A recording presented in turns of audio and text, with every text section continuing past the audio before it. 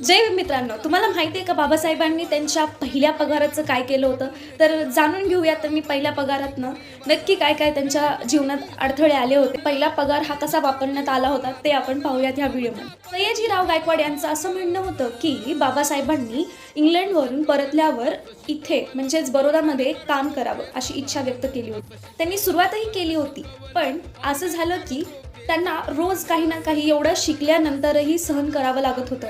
जसं की चपरासी त्यांना पाणी पाजवणार आणि बाकी व्यक्ती दुसऱ्या जातीचा आहेस असं म्हणून त्यांना सतत छळत होती. आणि त्यामुळे बाबासाहेबांनी कसेबसे तिथं दिवस काढले होते. त्यांना राहण्यासाठी खोलीही दिली जात नव्हती. त्या त्या काळात बाबासाहेबांनी इतका त्रास सहन केला आणि परत कसंबसं बॉम्बेला परतले होते.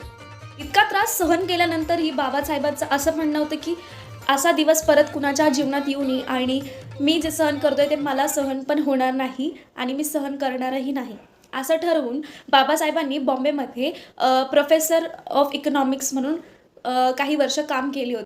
तर बाबासाहेबांची पहिली पगार ही 450 रुपये होती. तर 450 रुपये बाबासाहेबांनी त्यांच्या बायकोच्या हातात दिले, म्हणजेच रमाबाईंच्या हातात दिले होते.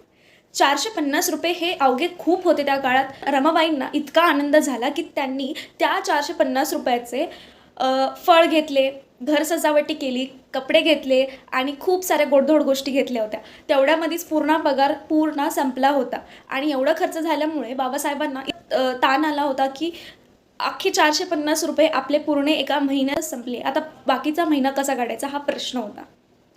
अशाच गोष्टी जाणून घेण्यासाठी माझ्या चॅनलला सबस्क्राईब करा, लाईक करा, कमेंट करा, शेअर करा, जेणेकरून मला तुमच्यापर्यंत पोहोचता येईल आणि मी असेच व्हिडिओ तुमच्यासाठी आणत जाईल. मानाचं जय भीम सर्वांना.